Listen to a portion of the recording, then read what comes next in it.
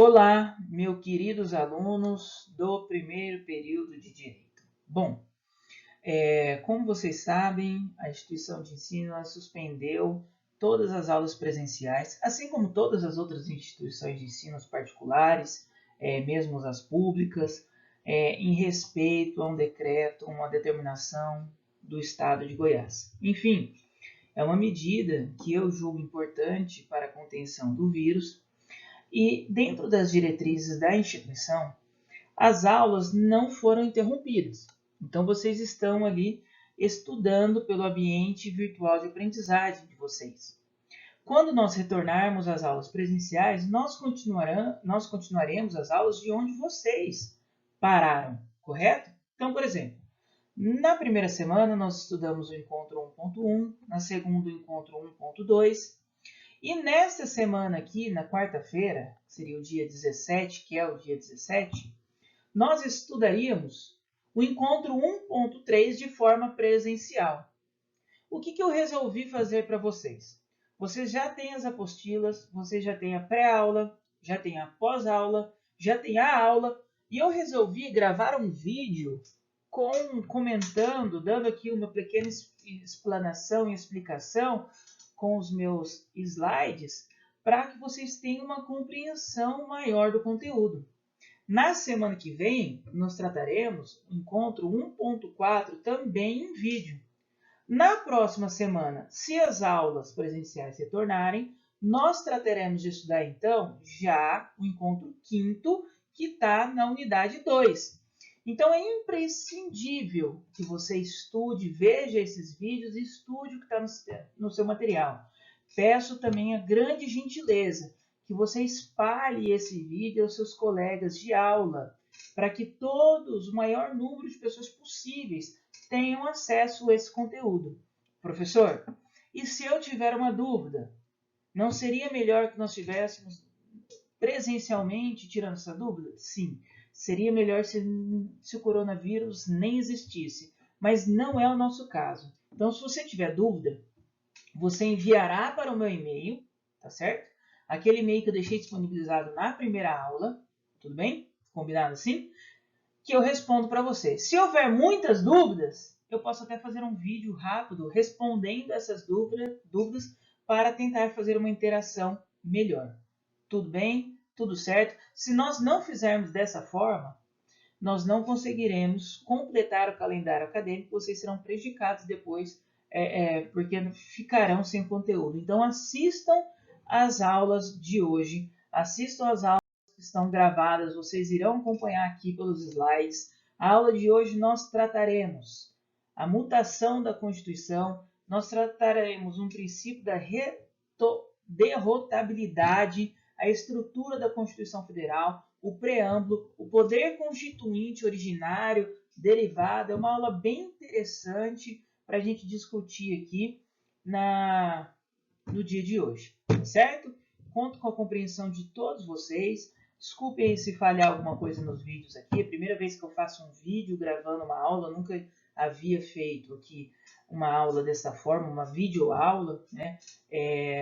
A imagem está um pouco escura, talvez pela luminosidade, estou no meu quarto, então ela não é apropriada, não é estúdio para gravar, né? Então por isso que fica dessa forma, tá certo? Mas eu acredito que não teremos prejuízos, conseguiremos estudar aqui juntos nesse dia. Passamos aqui então, vamos falar um pouquinho sobre mutabilidade constitucional. O que é mutabilidade constitucional? Quando eu falo em mutabilidade, obviamente, estou falando em algo ser modificado, estou falando em mutação.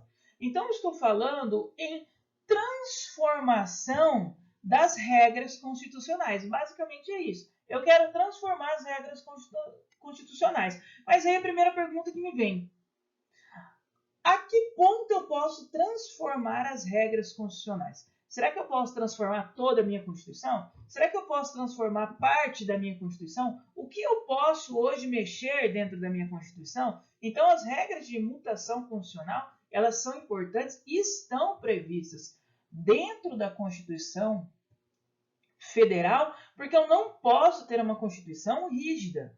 Nós já conversamos em outro momento, eu falei com vocês que não é a legislação que altera a sociedade, mas é propriamente a sociedade que modifica a forma de pensar, que modifica a forma de agir, então ela vem e altera a legislação.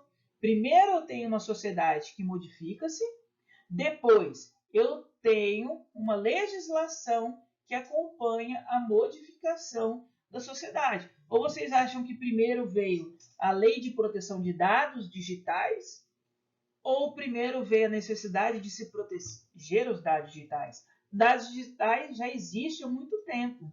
Eles estão ali, são comercializados, muito bem comercializados, e agora vem uma lei para regulamentar. Qual que é a forma de comercialização disso? Como eu posso me proteger? Então, a sociedade se modifica, né? Por exemplo, alguém pode te questionar como advogado. Olha, eu sou motorista de aplicativo da Uber. Lá minha nota é 5. Eu quero sair da Uber e quero...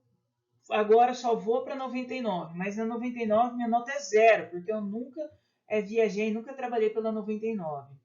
Será que eu não posso pegar os dados que está na Uber e levar para a 99, uma vez que o meu trabalho é o mesmo, a minha prestação de serviço é a mesma? Então, olha como as necessidades elas vão criando objetivos que determinam ali a inovação da legislação. Então, criar regras que trazem aqui possibilidade de alterar a Constituição é muito importante. Então, está aqui, ó, um conceito que eu trouxe para vocês de Manuel Gonçalves Ferreira Filho, tá certo? Onde a Constituição ela precisa da mutabilidade e ela traz para nós o que nós chamamos aqui de um poder constituinte. Então, todas as vezes que eu falo em poder constituinte, eu falo em poder de alterar a ordem constitucional, tá? Isso é uma regra. Poder constituinte, poder de alterar a regra constitucional. É o poder constituinte, que constitui algo. Mas nós vamos ter ele aqui de várias formas, de vários modelos, né? Então, coloquei um conceito aqui, que o poder constituinte se refere a um poder de modificar a Constituição que está vigente ou de criar uma nova Constituição, tá? Então, por partes. Poder constituinte, ele não se limita a um poder constituinte que cria uma nova Constituição, mas ele é um poder também que modifica a Constituição existente. Olha só que interessante isso daqui. Então, eu vou ter dois tipos de poder constituinte. Um poder constituinte chamado originário, que é um poder constituinte que altera as regras para nova, eu crio uma nova Constituição, então por isso que ele chama poder constituinte originário, e poder constituinte derivado. O poder constituinte derivado, ele chama-se derivado porque ele deriva do poder originário, uma vez que é o poder originário que cria o poder constituinte derivado. E o que o poder constituinte derivado faz, então? O poder constituinte derivado nada mais é do que o poder de modificação da Constituição. Então, quando eu falo em emenda constitucional, estou falando em poder constituinte derivado. Ok, professor. E quem criou o processo de emenda da Constituição? O poder constituinte originário. Então, percebam que o poder constituinte originário está aqui e o poder constituinte derivado está aqui, tá certo? Porque ele deriva do originário, por isso que ele tem esse nome. Então, de novo, exemplo de poder constituinte derivado, emenda à Constituição. E onde estão as regras para que eu possa emendar a Constituição? As regras estão dispostas dentro da Constituição. Quem criou essas regras? Poder constituinte originário, tá certo? Então vamos para frente e vamos trabalhar um pouquinho desses dois conceitos. Olha aqui essa figurinha que está no livro de vocês. Poder constituinte, aqui, ok? Dividido em originário e dividido em derivado. O originário ele poderá ser chamado de fundacional ou histórico, que nós vamos ver daqui a pouquinho, que são eles: pós-fundacional ou revolucionário. O derivado, ele vai ser dividido em três partes: revisor, reformador, que é aqui a emenda à Constituição, e o decorrente. Então, percebam aí, gravem bem essa figura. Poder constituinte, primeiro. Depois, ele subdivide em originário e derivado. E cada um deles aqui vai subdividir. Originário se divide em mais 2. E o derivado se subdivide em mais 3. Tá certo? Eu tenho essa subdivisão dos poderes. Poder constituinte, dividindo em originário e derivado. O originário se subdivide em fundacional ou histórico, ou pós-fundacional ou revolucionário.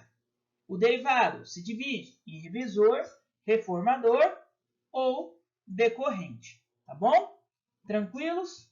Vamos continuar aí? Espero que sim. Lembrando sempre, se tiver dúvida, mande essas dúvidas para mim no meu e-mail, tá? Se tiver alguma sugestão também sobre a forma de gravação, que a gente vai tentando adaptar para ficar o melhor aí possível para vocês nesses momentos. Vamos falar agora um pouquinho, primeiro, do poder constituinte originário. O que é esse poder constituinte originário? Poder constituinte originário, ele será fundacional ou histórico. Para um pouquinho, não lê o resto não. Fundacional é porque ele está fundando algo, ele está começando uma nova era, ou histórico, né? Está mudando isso. Apenas a primeira Constituição do Brasil ele foi fundacional, em 1824. Porque daí foi quando, então, a gente tem a chegada da família real, né? Salvo engano, em 1822. Aí nós criamos aqui o país. Ele deixa de ser colônia e vira, assim, definitivamente o nosso país. Então, é a primeira Constituição. Eu fundei um país. Então, o poder constituinte originário, ele é fundacional porque ele funda, porque ele inicia algo, um primeiro princípio. Por outro lado, ele será considerado pós-fundacional ou revolucionário quando eu já tenho algo criado. Então, veja bem aqui, todas as constituições subsequentes, elas são pós-fundacionais ou revolucionárias, porque elas vêm depois da fundação do Brasil. Então, eu tenho em 1891 uma Constituição revolucionária, que ela altera a ordem, eu saí de império e ia para a república, né? Aí, em 1934, que traz nova ordem. A de 1937, revolucionária, porque é o golpe, Estado Novo de Getúlio Vargas. 46, que altera, tira esse Estado novo. De 67, né, já dentro do golpe militar. E depois também uma Constituição revolucionária vindo do golpe. E depois a Constituição de 88, a Constituição democrática e altamente social, como nós já falamos. Então, veja bem que o poder constituinte originário, fundacional, porque eu crio uma nova ordem, eu crio uma nova fundação, crio um novo país. Pós-fundacional ou revolucionário, eu já tenho o país, porém eu altero substancialmente todas as regras daquele país. Então, a Constituição de 1988, ela foi criada através do poder constituinte originário pós-fundacional, porque o país, Brasil, ele já existia, tá? A República já existia.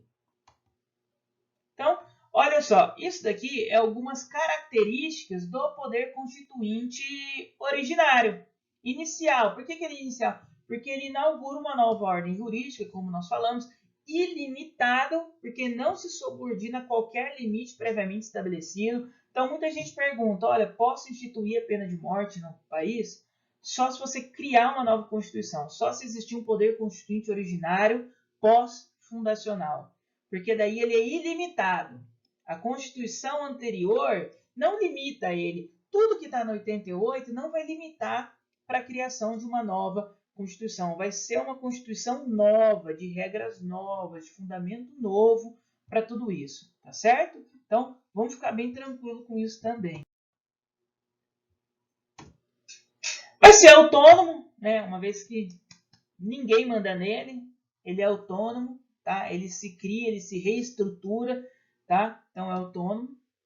Incondicionado, porque não vai se submeter a nenhum outro processo pré-determinado, tá bom? Então ele vai ser incondicionado para sua elaboração, não tem condição nenhuma, vai criar o que quiser, vai mudar tudo, vai transformar a ordem do Brasil. O que mudar no Brasil, o que eles quiserem mudar no Brasil, vai poder mudar dentro de uma nova Constituição. Ele é incondicionado nesse ponto, é um poder constituinte novo, de regras novas, de tudo novo. Permanente, tá certo? Permanente, porque não se esgota no momento do seu exercício, tá certo? Porque o povo é titular desse poder. Então, se nós quisermos ter uma nova Constituição, o povo vai ter que se manifestar essa necessidade, como eu disse sempre para vocês, disse agora há pouco para vocês, né? Primeiro, eu mudo a sociedade, os seus costumes, a sua forma de trabalho, e depois eu crio a própria legislação. Outro exemplo desse, eu não me canso, que me lembrou agora, o teletrabalho, o que nós estamos fazendo. Estou trabalhando de dentro da minha casa, gravando aula para os alunos. Isso é o teletrabalho. Isso só consta na CLT a partir da reforma trabalhista depois de 2017. Mas foi a reforma trabalhista que instituiu isso? Não. Foi a tecnologia que proporcionou um computador, que grave, que coloca o slide, que pelo canal aí da internet eu consigo postar e vocês conseguem acessar esse vídeo. Então, a sociedade se modifica e depois eu crio a legislação. Tá bom? Então, eu coloquei aqui, ó, poder constituinte originário, fundacional ou histórico, pós-fundacional ou revolucionário. Gravem muito bem isso, tá? Porque são questões importantes aí para prova de OAB e prova de vocês aí semestral. Vamos falar um pouquinho agora, então, do poder constituinte derivado, tá certo? Vamos dar prosseguimento aí na nossa aula e no nosso material. Eu confesso para vocês aqui que é um pouco diferente essa dinâmica de aula gravada. Eu tenho muito costume de esperar perguntas dos alunos, né? Então, aqui na aula gravada não tem perguntas, a dinâmica ela é mais rápida um pouco, mas eu reitero e peço a gentileza de vocês de enviarem dúvidas para o meu e-mail. Terei plena satisfação de responder as dúvidas de vocês, tá bom? Então vamos lá. Como eu disse, poder originário, ele cria tudo, ele é lá o dono de tudo, o dono da bola, que cria as regras do jogo. Se ele for ainda um poder originário fundacional, ele é muito melhor, porque ele não existia nada, ele cria tudo que já existia, que não existia, na verdade, cria tudo, é tipo um Big Bang, estou criando. E o poder constituinte pós-fundacional, já existia um país, já existia uma ordem, e eu estou mudando toda essa ordem. Lembrando, o poder constituinte originário, vou voltar aqui, não consigo voltar, pós-fundacional, o fato de já existir uma Constituição anterior, ele não está vinculado a essa Constituição anterior. Ele pode criar-se do zero e mudar todas as regras, tá? O poder constituinte derivado. O poder constituinte derivado é um poder que eu tenho de modificação da Constituição agora, então eu vou mudar as regras da Constituição, mas eu não vou alterar substancialmente todas as regras, primeiro, porque eu tenho as cláusulas pétreas, como nós já falamos disso, e segundo, que o poder constituinte derivado, muitas vezes, ele será limitado, porque ele também vai se dividir em 3 outros poderes, como nós falamos. Poder constituinte derivado, revisor, reformador e decorrente. Vamos lá para o primeiro tipo de poder constituinte, chamado poder constituinte revisor. Poder Constituinte Revisor, ele é um poder constituinte que já existiu, tá certo? Ele não existe mais. Ele está na Constituição, mas ele já foi usado. Ele não está sendo usado novamente, tá? Então, ele é um poder que se tinha de revisar a Constituição. Ele está lá no artigo 3º do ADCT, tá bom? Era uma possibilidade que nós tínhamos que depois de 5 anos revisar a Constituição, revisar alguns pontos da Constituição. Eu me lembro que uma das aulas, talvez o Marcos Paulo, ele tocou no assunto, né? Teve uma época que tentou se discutir se continuaríamos com presidencialismo e parlamentarismo. Teve isso depois de 5 anos de promulgada a Constituição Federal de 88. O que era essa regra? Era o poder revisor. Então, estava lá no artigo 3º. Após 5 anos, nós vamos fazer uma revisão. Será que nós vamos seguir para o presidencialismo? Será que nós vamos seguir para o parlamentarismo? Então, havia possibilidade de modificação da Constituição. Uma vez feita a sua revisão, ele se exauriu, tá certo? Eu não utilizo mais o poder revisor, eu não tenho como mais revisar a Constituição. O poder constituinte derivado revisor, ele tem uma função de ser, né? Alguém deve estar se perguntando, para que idiotice, né? Colocar esse poder constituinte derivado revisor. Não, ele tem uma razão de ser. Os constituintes, eles foram espertos. Eles criaram a Constituição e vamos falar, vamos fazer uma revisão em 5 anos para ver se está dando certo. É um teste. Se não der certo, nós alteramos as regras que podem ser alteradas. Aí eu faço um convite para vocês ali agora irem, tá certo? Ao artigo 3º do ADCT, que fica lá no finalzinho da sua Constituição, para você enxergar lá e ler o que poderia ser ali revisado, tá certo? Então, tá bom. Vamos aqui passar então para o poder constituinte derivado, que é o reformador. O poder constituinte derivado reformador pode-se dizer que ele é um dos principais poder constituinte derivado, tá? Por quê? Porque ele é um poder constituinte que busca a alteração da Constituição através do que nós chamamos de emenda constitucional. Então, a emenda constitucional mais fresquinha que nós temos aí é a 103 de 2019, que é a emenda constitucional que altera aí as regras relacionadas à Seguridade Social e à Previdência Social. Então, a emenda constitucional... Desculpa, engasguei. A emenda constitucional, ela é um processo em que nós alteramos as regras constitucionais, tá certo? Então, ela altera as regras constitucionais, tá? Ela está prevista, o seu processo está previsto no artigo 60 da Constituição Federal. Faço o convite para vocês aí irem lá agora a Constituição Federal, pausarem o vídeo 1 minuto, irem lá olhar o artigo 60 da Constituição Federal. É o mesmo artigo que trata das cláusulas pétreas, tá? Nós até trabalhamos ele na semana passada para falar algumas coisas, tá bom? Mas ela tem que ser aqui aprovada nas 2 casas do Congresso Nacional. Então, um processo de emenda constitucional, eu disse isso para vocês na primeira aula, é um processo muito difícil. Nós podemos aí comparar a reforma previdenciária com a reforma trabalhista. A reforma trabalhista ela foi aprovada, sim, muito rapidamente. Por quê? Porque eu alterava a CLT, que é uma legislação infraconstitucional, vocês lembram lá da pirâmide, né? E a reforma previdenciária, ela foi alterada de uma forma mais difícil, né? Ela demorou um pouquinho mais, porque ela era um processo que passava aqui por uma emenda constitucional. Então, ela tem que ser aprovada nas 2 casas do Congresso Nacional, Câmara dos Deputados e Senado Federal, em 2 turnos, por 3/5 dos seus membros, tá certo? Então, ela é muito alta. É muito difícil o seu processo de alteração. 2 casas e 2 turnos.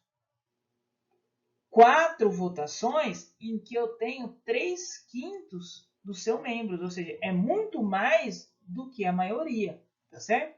Então, o processo dela, ela tem que ser muito bem elaborada. E por que é tão difícil alterar a Constituição? Que altere logo essa Constituição, temos que alterar o tempo todo mesmo? Não, porque a Carta Maior, ela é a maior segurança jurídica que temos. Então, o processo de alteração, ele precisa ser mesmo com dificuldade. Olha, se com essa dificuldade que nós temos, os governos alteram sistematicamente a Constituição, por exemplo, a Seguridade Social, ela foi alterada no governo Fernando Henrique Cardoso, FHC, ela foi alterada no governo do Lula, em 2003, e ela foi alterada agora, em 2019, com o presidente Jair Bolsonaro. Então, percebam que cada, tecnicamente, estilo de governo, de governança que passou, alterou a Constituição com relação às regras da Previdência Social. Se já foi tumultuado esse ponto, porque houve alteração nesse sentido, cada governo faz alteração de acordo com o seu estilo, imagine se o processo fosse fácil de ser alterado, tá certo? Imagine agora que venha um outro governo mais para frente aí, com relação a ser mais conservador com regras sociais e altere novamente a emenda constitucional. Como que fica a segurança jurídica? Como que fica quem se aposentou agora? Como fica quem vai se aposentar depois? Então, eu não posso ter modificações sistemáticas e de acordo com a vontade de cada governo. Tá? Eu preciso que ela seja sistematicamente difícil um processo de alteração. E ela tem, esse processo de alteração tem algumas características também. Tá? Ele é subordinado ou secundário, tá certo? Porque ele é subordinado a quem? Ele é subordinado ao poder constituinte originário, tá certo? Então, ele é subordinado ao poder constituinte originário. Ele não pode criar ou alterar regras que o poder constituinte originário não, vamos dizer assim, estabeleceu ou deu ali diretrizes, tá certo? Então, nós já falamos sobre isso. A forma federativa de... Então vamos lá, dando continuidade aqui. Como eu disse para vocês, é a primeira vez que eu estou fazendo isso. Meu celular estava aqui, tocou, eu pausei o vídeo e estou continuando. Então, eu falava que ele está limitado aí pelo poder constituinte originário, previamente estabelecido, e também é um poder constituinte que o criou. Se eu sou subordinado a alguém, eu tenho que estar subordinado às regras que ele ali criou, tá certo? Limitado, da mesma forma, porque ele é limitado ao poder constituinte, pelo poder constituinte, né? Condicionado, essas características também, ao poder constituinte. Então, não posso, estava falando para vocês aqui, sobre a alteração, certo? Da forma dos estados, da forma federativa, nós temos limitados lá pelo parágrafo 4º do artigo 60 da Constituição Federal. Os estados não podem sair do Brasil, não dá para eles saírem. Ah, eu quero sair. Pode sair do jeito que você tentar sair, que você não vai sair. Por quê? Porque está limitado pelo poder constituinte originário, tá certo? O próximo aí, poder constituinte derivado decorrente. O poder constituinte derivado decorrente, ele é um poder constituinte em que garante aos estados a criarem as suas constituições e ao Distrito Federal a sua lei orgânica de organização, tá? Então, o poder constituinte derivado decorrente é o poder em que os estados e o Distrito Federal têm de criar as suas constituições, tá bom? E eles são também limitados porque eles só podem criar constituições daquilo que não fere a Constituição Federal, tá certo? Então tem um limite. Qual que é o meu limite? a própria Constituição Federal. Então, eu crio uma Constituição, mas a minha Constituição estadual, então a Constituição do Estado de Goiás, ela não pode ferir, em hipótese alguma, a Constituição da República Federativa do Brasil. Se isso acontecer, ela é uma Constituição denominada de inconstitucional. A regra prevista nela é inconstitucional. Por quê? Porque ela afronta sistematicamente a Constituição Federal. Aqui está a Constituição do Estado, aqui a Constituição Federal. Ela afronta, elas não vão se encaixar, elas vão afrontar. E a Constituição ela precisa se encaixar. A Constituição do Estado ela precisa ser um complemento da Constituição Federal. Eu posso ampliar aquilo que não é contrário.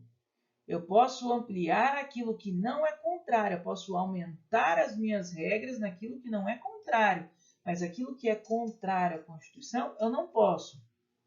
Então, a Constituição Federal, ela prevê no artigo 7º que aqueles que trabalharem em horas extraordinárias receberão um adicional de 50% a cada hora. A Constituição Estadual, ela não pode diminuir esse adicional. Ela não pode falar que no estado de Goiás o adicional é de 40%, porque é contrário. Mas ela pode ampliar? Pode.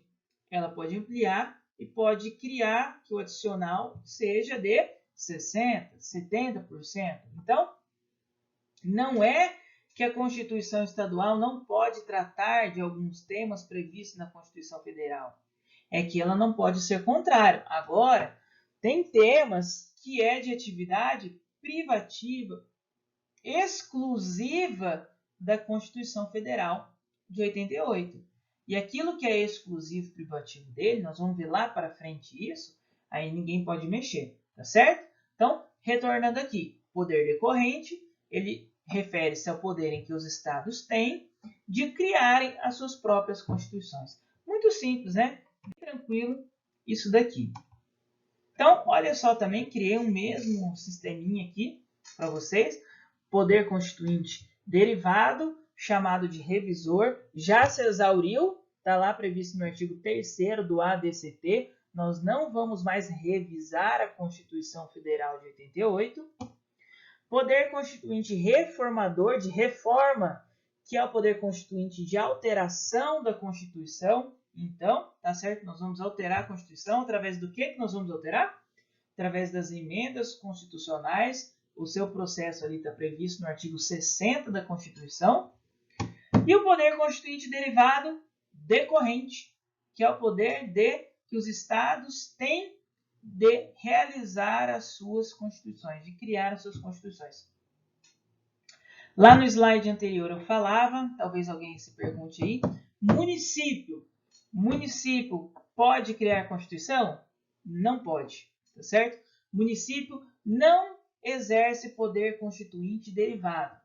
O município ele tem a lei de organização, sua lei orgânica de organização, ok, isso ele pode, mas ele não pode criar uma Constituição. Não tem o direito de usufruir de um poder constituinte derivado, tá certo? Esse daqui, decorrente, é só para os estados. Nada de municípios. Tranquilo? E o reformador também só é utilizado pelo Congresso Nacional, tá? Poder legislativo aí na esfera federal, tudo bem? Processo de emenda constitucional. Vamos passar para frente aqui então. Lembrando, se tiverem dúvidas, mandem no meu e-mail, vão anotando no caderno, anotem, pessoal, risca caderno, estudem bastante. Vamos trabalhar aí. Falar um pouquinho dessa palavra aqui, derrotabilidade. O que é derrotabilidade?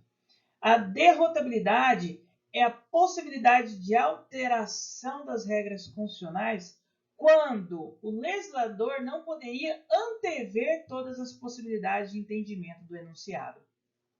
Então, nós vamos utilizar um exemplo que está no livro de vocês. Estou utilizando esse exemplo que está no livro de vocês e que é um exemplo bem interessante. Se nós pegarmos a Constituição, A Constituição, ela vai falar que família, ela é composta de homem, mulher e filhos. Posteriormente, a sociedade foi se modificando e foi alterando o conceito de família. Nós teríamos casais do mesmo sexo, nós teríamos família num padrão unilateral, sozinho, uma família só formada por um pai e filhos, só formada por filhos. Nós teríamos aí famílias que englobariam avós. Hoje nós temos aí famílias que englobam muitas vezes 2 pais e uma mãe, porque eu tenho o pai que é o adotivo, o pai biológico, que a gente chama de paternidade afetiva. Então as regras estão alterando nesse sentido. Então lá em 2016, ou antes um pouco, não me recordo a data agora, nós tivemos um julgamento no STF que ele deu uma interpretação ampla ao conceito de família da Constituição Federal.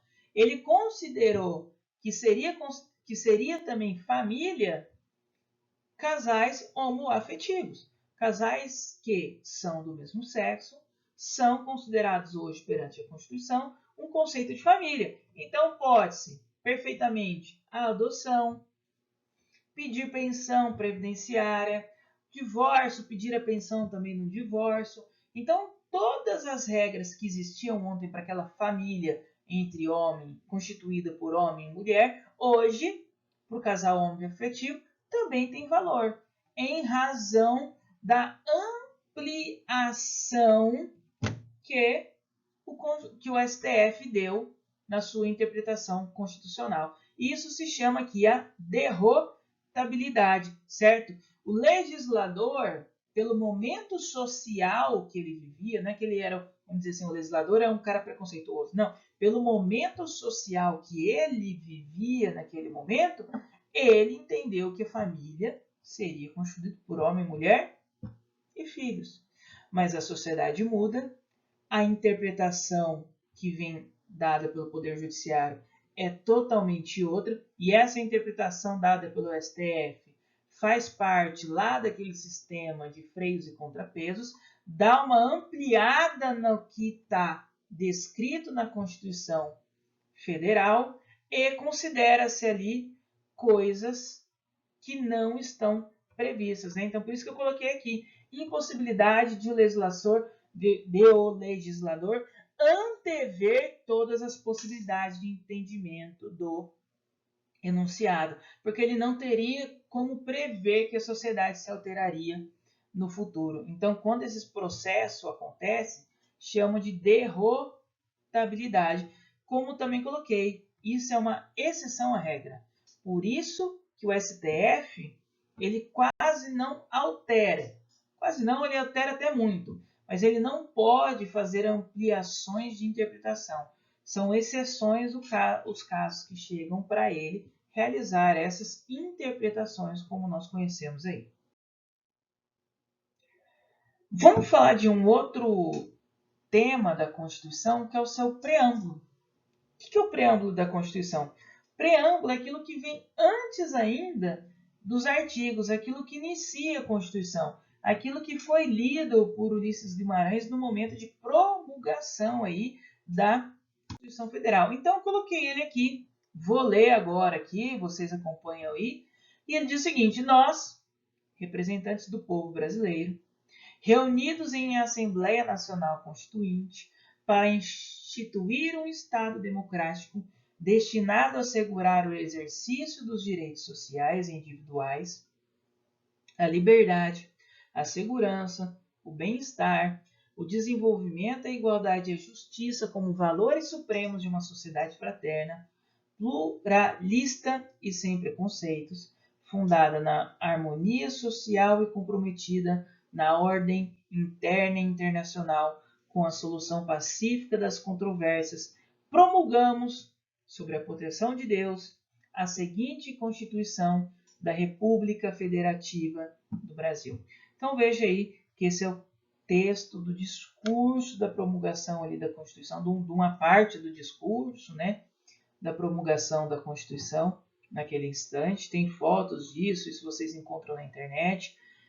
Fotos bastante assim, interessantes sobre esse tema. É um momento histórico, né? Alteração da Constituição, criar uma nova ordem, ainda mais como foi feito aqui um poder constituinte originário, cria-se uma nova ordem, novas regras e muito diferente das anteriores, então torna-se um momento histórico, né, para aqueles que são curiosos irem buscar. Mas a questão é, qual que é o valor jurídico do preâmbulo? Posso utilizar o preâmbulo? Posso falar que tudo aquilo ali que for contrário às leis de Deus não poderão ser regras constitucionais? Que valor jurídico tem o preâmbulo? Então, para isso, nós temos 3 teorias aqui a serem explicadas com relação ao preâmbulo, certo? A primeira seria que ela é uma teoria política, isso é adotada pelo STF, tá aqui, de que ela não tem relevância. É irrelevante porque foi um discurso político apenas ali no momento de sua promulgação, então ela não tem relevância nenhuma, tá certo? Muita gente aí já tentou traçar a sua inconstitucionalidade do preâmbulo, até uma aqui que está no livro de vocês aí, uma ação direta de inconstitucionalidade. ADI é ação direta de inconstitucionalidade, número 2076, porque a Constituição do Estado do Acre não trazia no seu preâmbulo a palavra Deus. Não tinha lá no preâmbulo dela a palavra Deus. Então muita gente buscou falar que aquela Constituição era uma Constituição inconstitucional, já que não trazia ali a palavra Deus. O STF rechaçou isso, esquece, tá certo? Aquilo ali, quando se fala no preâmbulo sobre a proteção de Deus, é apenas um discurso político sem relevância. Então, a Constituição ela não vai ser tratada como inconstitucional pelo fato, tá certo, de inexistir a palavra Deus. A segunda teoria é uma teoria jurídica comum, que ela é bem minoritária aí, mas ela diz que ela teria uma eficácia normativa, mas ela é, como eu disse, minoritária. Então, não tem aí muito valor, né, nesse sentido, de que ela teria uma eficácia normativa. Não é o que se acredita, certo? O que mais se acredita é na chamada teoria específica ou da tese de relevância jurídica. Por quê? Porque ele diz o seguinte, olha, o preâmbulo prevê a forma de Estado, a forma de governo e o regime de governo, tá certo? E o fato de ter citado Deus é porque seria um Estado teísta e não um Estado ateu. Então é diferente. Nosso Estado é um Estado teísta e não um Estado ateu. Agora, existe uma omissão quanto à religião. Ok? Então, nosso Estado é laico. Não é que o nosso Estado não acredita na existência de Deus. Como eu disse, é um Estado teísta. Ele é um Estado que acredita num ser supremo, em algo que está acima, que vai além, tá certo? Agora, ele não determina uma religião. Então, o Estado de Deus, ele põe lá a religião, o budismo, ele pode pôr uma religião de raízes africanas, uma religião ali de raiz católica, enfim, cristãs, né? Melhor dizendo, o cristianismo. Enfim, eu tenho direito de manifestar a religião que eu quiser no país. Inclusive, eu tenho direito de ser ateu se eu quiser neste país. O fato de o Estado ser teísta, ou seja, ter aqui vamos dizer, a crença ou ter citado Deus ali, não faz do Estado a obrigatoriedade que todas as pessoas acreditem em Deus. Não. Ele é um Estado que respeita todas as pessoas. Então, nós não temos aqui um Estado que obriga a crença em Deus e nós não temos aqui um Estado que determina uma religião para o Estado, tá certo? Ele delimita. tá? Então, eu tenho que tomar bastante cuidado com isso também. Nosso Estado é laico dentro dessa interpretação. E o último tópico aí da nossa aula, falar aqui sobre o ADCT. Ação, né, disposição constitucional transitória. O que é o nosso ADCT? O nosso ADCT é uma norma transitória, como eu disse, porque ela cria ali momentos de revisão e momentos, como posso dizer aqui, que norteiam a Constituição Federal de 88. Então, nós já citamos, por exemplo, o artigo 3º do ADCT. O que é o artigo 3º do ADCT? O artigo 3º do ADCT, ele é um artigo em que fala que após 5 anos da promulgação da Constituição, essa Constituição seria revisada. Poder Constituinte, derivado, revisor. Está lá no ADCT. Mas tem algum valor o ADCT? Eu lembro de algum aluno ter perguntado também, olha, o ADCT tem algum valor? Ele é alguma coisa? Tem valor, tá? O ADCT é considerado como normas aí constitucionais, com eficácia normativa. Tá certo? Então, por exemplo, nós temos aqui o artigo 19 do ADCT. O que o artigo 19 fala? Servidores públicos federais, estaduais, distritais e municipais que há mais de 5 anos continuados na data da promulgação da Constituição não tenham sido admitidos por concurso público serão considerados estáveis. O que é isso aqui? Antes da Constituição de 88, a efetivação no serviço público não se dava efetivamente por um concurso. Hoje, eu só ingresso no serviço público através de concurso. Isso está lá no artigo 37 da Constituição Federal. Então, ela fez o seguinte.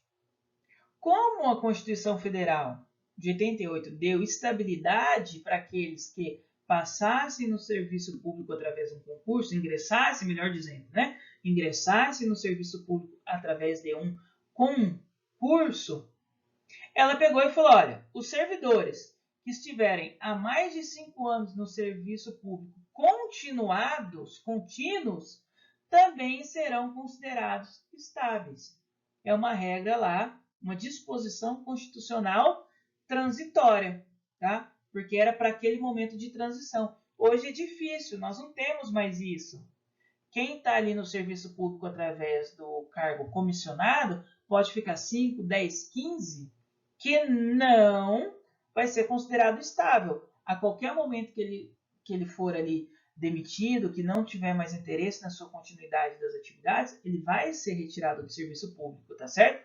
Então, isso daqui servia por 5 anos após a promulgação. Então, da data de promulgação em 88, eu contava 5 anos ali, tá certo? E eles seriam considerados estáveis. Tudo bem? Outro exemplo é o do artigo 10º. O artigo 10º também é um artigo utilizado até hoje por nós.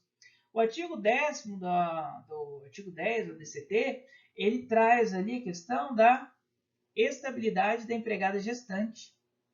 Então, a empregada gestante, ela é estável, ela não pode ser demitida, não pode ter o seu contrato rescindido, graças aqui ao artigo 10 do ADCT. Então, como eu disse no slide anterior, ela tem uma eficácia normativa. Hoje, quando eu faço uma petição trabalhista solicitando a reintegração da empregada gestante que teve o seu contrato rescindido, eu ainda cito o artigo 10, tá? Ainda vou citar esse artigo 10 aqui do ADCT, porque ele continua tendo eficácia normativa e ainda mais, eficácia normativa constitucionais. Como nós já falamos, algumas coisas não são mais aplicáveis, já se exauriram, acabaram, só tinha, é como uma pólvora, só tinha aquela finalidade, depois ali de utilizado, depois do fogo aceso, acabou, que é o caso do artigo 3º, poder derivado revisor. Esses outros artigos aqui, que ainda continuam se utilizando o artigo 10, por exemplo, ele continua tendo eficácia constitucional. O artigo 19 também, após ali a promulgação da Constituição, eu não utilizo mais ele. Já considerei estável os servidores que estavam há 5 anos no serviço público, mas muitos deles, como é o exemplo do artigo 10, continua ali ainda sendo utilizado, tá certo? Então, o ADCT tem essa função, ele tem uma função transitória, mas as suas regras são consideradas regras constitucionais e muitas delas ainda têm eficácia até os dias de hoje, tá certo? Deixo aqui o meu obrigado.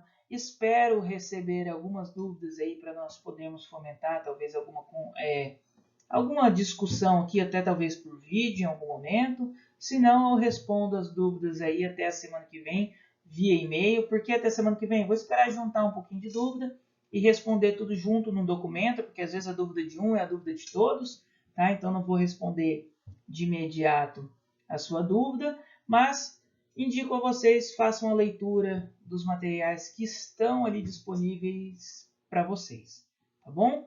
Obrigado. Desculpa aí qualquer escorregão, qualquer equívoco no momento da gravação, porque, como eu disse para vocês, é a primeira vez, nós vamos aprimorando aí para fazer um trabalho bem bacana nesses próximos dias que nós estaremos aí distante.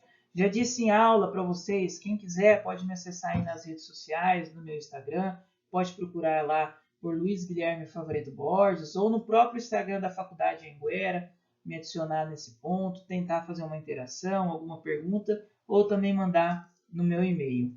Um abraço a todos, fiquem com Deus, obrigado por terem me escutado mais uma vez.